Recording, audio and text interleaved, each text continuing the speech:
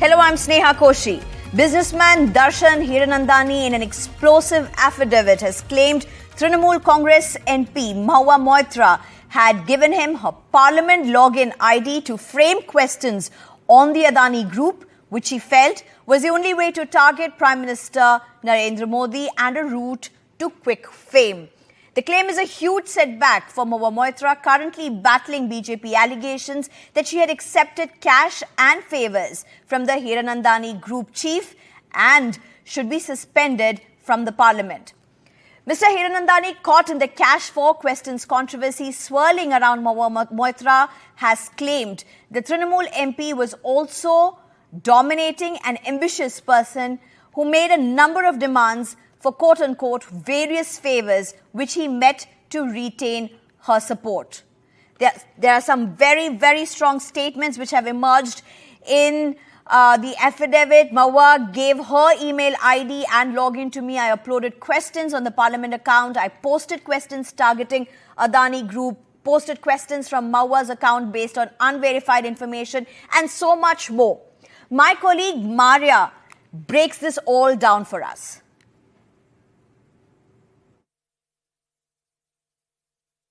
Darshan Hiranandani, in his own affidavit, has talked about a larger conspiracy as to why Mahua Moitra was constantly raising questions on Gautam Adani. Questions which find a mention also in the Hindenburg report. He also says very clearly that Mahua Moitra gave him her login ID and email ID of the Lok Sabha, and he posted questions targeting the Adani group from her ID. Let me read certain paragraphs which talk about the larger conspiracy. So the target was Prime Minister Narendra Modi and the link was through Gautam Adani. What Darshan Hiranandani is saying is, she thought that the only way to attack Shri Modi is by attacking Shri Gautam Adani and his group, as both were contemporaries. He goes on to say that they belong to the same state of Gujarat. She was helped by the fact that the rise of Shri Gautam Adani had created jealousy and detractors among some sections of businesses, politics and media, both within and outside the country. Darshan Hiranandani also says, so she expected support from these sections in her endeavour to malign and embarrass the Prime Minister by targeting Shri Gautam Adani. He also says that based on this information, Ms. Moitra drafted a few questions that would have elements to embarrass the government by targeting the Adani group. Darshan Hiranandani is saying in his affidavit that she shared with me her email ID as Member of Parliament so I could send her information. Remember, this is a subject of the Ethics Committee of Parliament, something that has been raised by the BJP MP, Nishikant Dubey, which has been part of the affidavit which has been filed by Jay Dehadri as well. He is saying very clearly of the larger conspiracy that there were several of those who were involved in it. There were several businesses, there were several media houses, and all of them providing information which he says were unverified information relating to Shri Gautam Adani and his companies. He has gone on to say that Mahua Moitra had regular interactions with Congress leaders, including Rahul Gandhi, on matters relating to Adani companies. She also had frequent interactions with international journalists like the Financial Times, the New York Times, the BBC, and also all of them received unverified details from several sources. She got them, that is what he says. She received unverified details from several sources, including some claiming to be former Adani Group employees. This certainly is an explosive affidavit which has been filed by Darshan Hiranandani, giving a new twist in this entire Mahua Moitra cash for questions saga. He has said it very clearly that her taste was expensive, and that in order to continue to have that equation with her, he gave her expensive luxury items, provided support on renovation of her officially allotted bungalow in Delhi, travel expenses as well. So the quid pro quo has been established as well. But the larger question is, who are these people? The larger nexus, if it is established through this letter of against Gautam Adani by Darshan Hiranandani, then isn't it a time now certainly for the investigative agencies to get into it? So according to businessman Hiranandani's affidavit, who are the people who helped TMC MP Mahua Moitra? Rahul Gandhi, the Congress MP, Shashi Tharoor, the Congress MP, Pinaki Mishra, the BJD MP, Sucheta Dalal, journalist, Shardul Shroff, advocate, and Pallavi Shroff, advocate. Sucheta Dalal, one of the journalists named in the affidavit, has in fact gone ahead and given a reaction as well, where she has said, "This is completely stupefying. I do not know Mahua Moitra personally at all. I may have retweeted some of her stuff. I don't know Pallavi Shroff, and I used to know Shardul Shroff long ago. I dare anyone to find any links between me and them," and goes ahead to request ministers to get to the bottom of all of this. Let's also look at other reactions that have come in. दर्शन हीरानंदानी के इस letter के बाद, इस affidavit के बाद, सबसे पहले मुझे लगता है कि महुआ मोइत्रा के खिलाफ आपराधिक मामला दर्ज होना चाहिए। ये क्रिमिनल ऑफेंस है और जिस चीज को लेकर वो सुप्रीम कोर्ट में गई हैं, यानी उन्होंने डेफेमेशन का केस दाखिल किया है, सर्वोच्च न्यायालय उस पर किस तरह से रिएक्ट करेगा उसकी भी प्रतीक्षा हम लोग करेंगे। भारतीय राजनीति के इतिहास में कैश फॉर क्वेरी पहले भी हुआ, लेकिन इस तरह से भारत की रेपुटेशन, जो इंडियन इकोनॉमी, उसको डिरेल करना और एक उद्योगपति पर हमला सिर्फ इसलिए करना कि देश के प्रधानमंत्री पर हमला करने के लिए और कोई वजह नहीं मिल रही है, ये बहुत बड़ा मसला है। Considering today's, that 19th October's this affidavit, which has been, sent by Mr. Hiranandani, that is very, very clear, and it speaks a lot about what was happening throughout. And as we know that Article 194 and 105 of the Constitution of India, it ensures that whoever argues or makes any sort of statement in the parliament, that has to be completely free from any sort of pressure or any sort of corruption in it. It should be very much clean and clear, and it should be in the interest of the people of this country. So now whatever has been spoken, I think even the speaker can take cognizance of this issue and can initiate disciplinary action as well. If you really look at it, in the last 9 years, how many real on the policy matter, any of these MPs or the opposition leaders were able to attack on Narendra Modi? They were not able to. As you said rightly, that they were looking for a route to reach Narendra Modi, and which, of course, the two people have born in the same state, so you take that route. Or they are contemporaries, maybe by age or whatever it may, you take that route. I think this is a national shame. When you say that she is an MP member of parliament, I feel really sad that yes, this is the kind of people who say that they are educated. I will be very happy to have people who don't even know read to write. Yeah, it's okay. But at least not the people like them to be representing my country in the my country or my people. I think this is really, really shocking.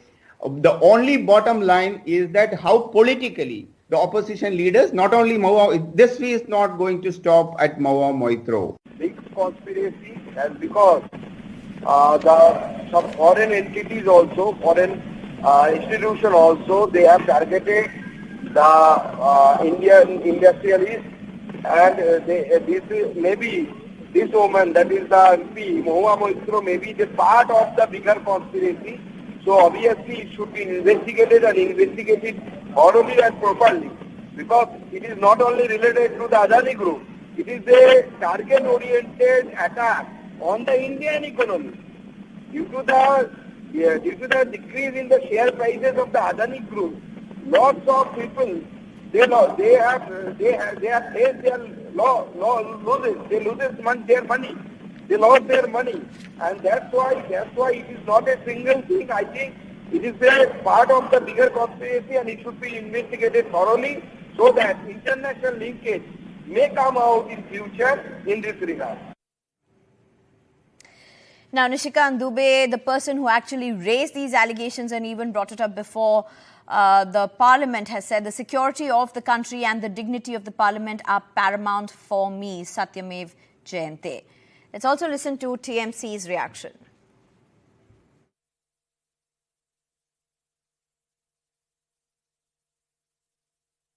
I have no authority to speak on behalf of TMC. Number one, I can only answer your queries as a practicing criminal lawyer because probably I have some experience with regard to making of such accusations, the substance in the accusations and what happens and how, to what extent there is truth in it, etc. First and foremost for your viewers, all of us must remember that as far as this story is concerned of allegation against Mahua for taking gifts, etc., from A, B, C, whosoever it be, is under examination by the Parliamentary Committee on Ethics. And therefore, best course is that you have any material, instead of giving it to media, you should better give it to that committee, which is the proper authority investigating the story. But then this is, I think, ill-motivated to publicize, defame somebody, rush to media and say, file an affidavit. Now Mr. Darshan Hiranandani must also remember that if he is trying to suggest that he has bribed the MP to do something which the MP is not supposed to do, then the bribe giver is also equally liable for criminal action. It's time for a short break. On the other side, news and updates will continue.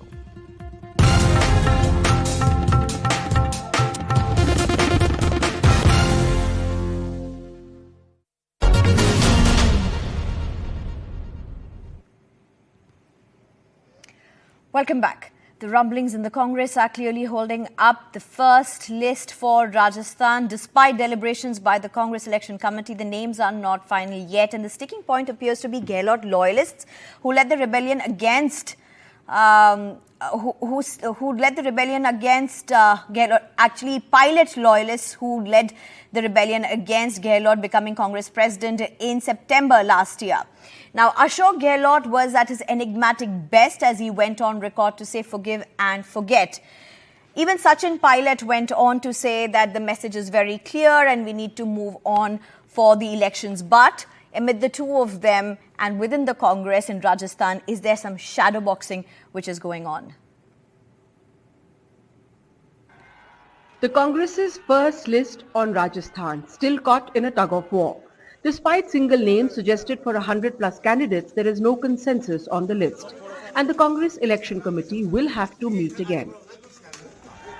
A sticking point appears to be tickets for Chief Minister Ashok Gehlot's loyalists, especially UDH Minister Shanti Dhariwal, who had in September last year gathered MLAs at his residence and led a rebellion against the High Command's wish that Mr. Gehlot go to Delhi as Congress President, handing over reins in Rajasthan to a leadership of the High Command's choosing. Sources say it was the party's way of bringing Pilot in to lead Rajasthan into elections 2023, with Gehlot overseeing from Delhi. But that was not to be, and the Congress High Command was left red-faced. Clearly, it is this tug of war that is still holding back the announcement of tickets. And in Delhi, at the AICC headquarters, Mr. Gehlot in damage control mode, going on record to say, forgive and forget. हम सब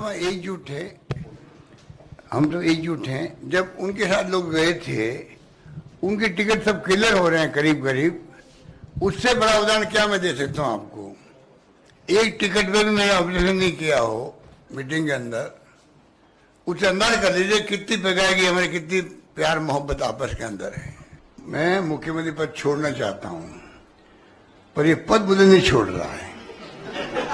But will the olive branch be extended to his supporters as well who went against the High Command's wish is the question. And then another startling statement by Mr. Gehlot that Vasundhara Raje, who refused to topple his government on principle, should not be punished for it. मेरे कारण उनको सजा नहीं मिलनी चाहिए.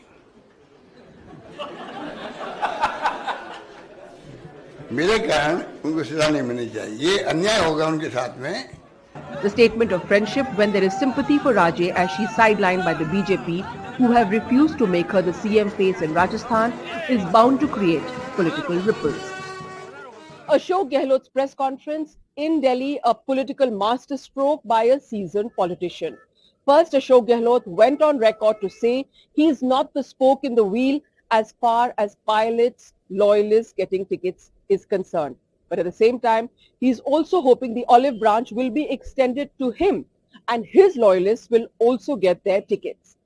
And then in the AICC headquarters, his statement on Vasundhara Raje is bound to raise political eyebrows. His statement that Raje actually did not be part of the conspiracy to topple his government comes at a time when Raje herself is not center stage in the BJP's power play in Rajasthan as they head into this election. In Jaipur, Harsha Kumari Singh, NDTV. कुछ अनुभव भी है हम लोग का काम करने का आपस में साथ साथ और सुनो जहाँ तक टिकटों की बात है, जो भी घटनाक्रम पिछले वर्ष हुआ, कुछ लोगों पे पार्टी अनुशासन के आरोप भी लगे थे, उस पर कार्रवाई हुई नहीं हुई, लेकिन जिन का भी प्रपोजल जो जीतने वाले उम्मीदवार थे उनका मैंने खुले मन से स्वागत किया, चाहे वो सोनिया जी की अवमानना भी अगर किसी ने करी हो उस समय, तो फिर भी हमें लगा पार्टी हित में जो है जीताऊ हो, किसी एक भी कैंडिडेट को मैंने विरोध नहीं किया जो जीतने वाला उम्मीदवार था।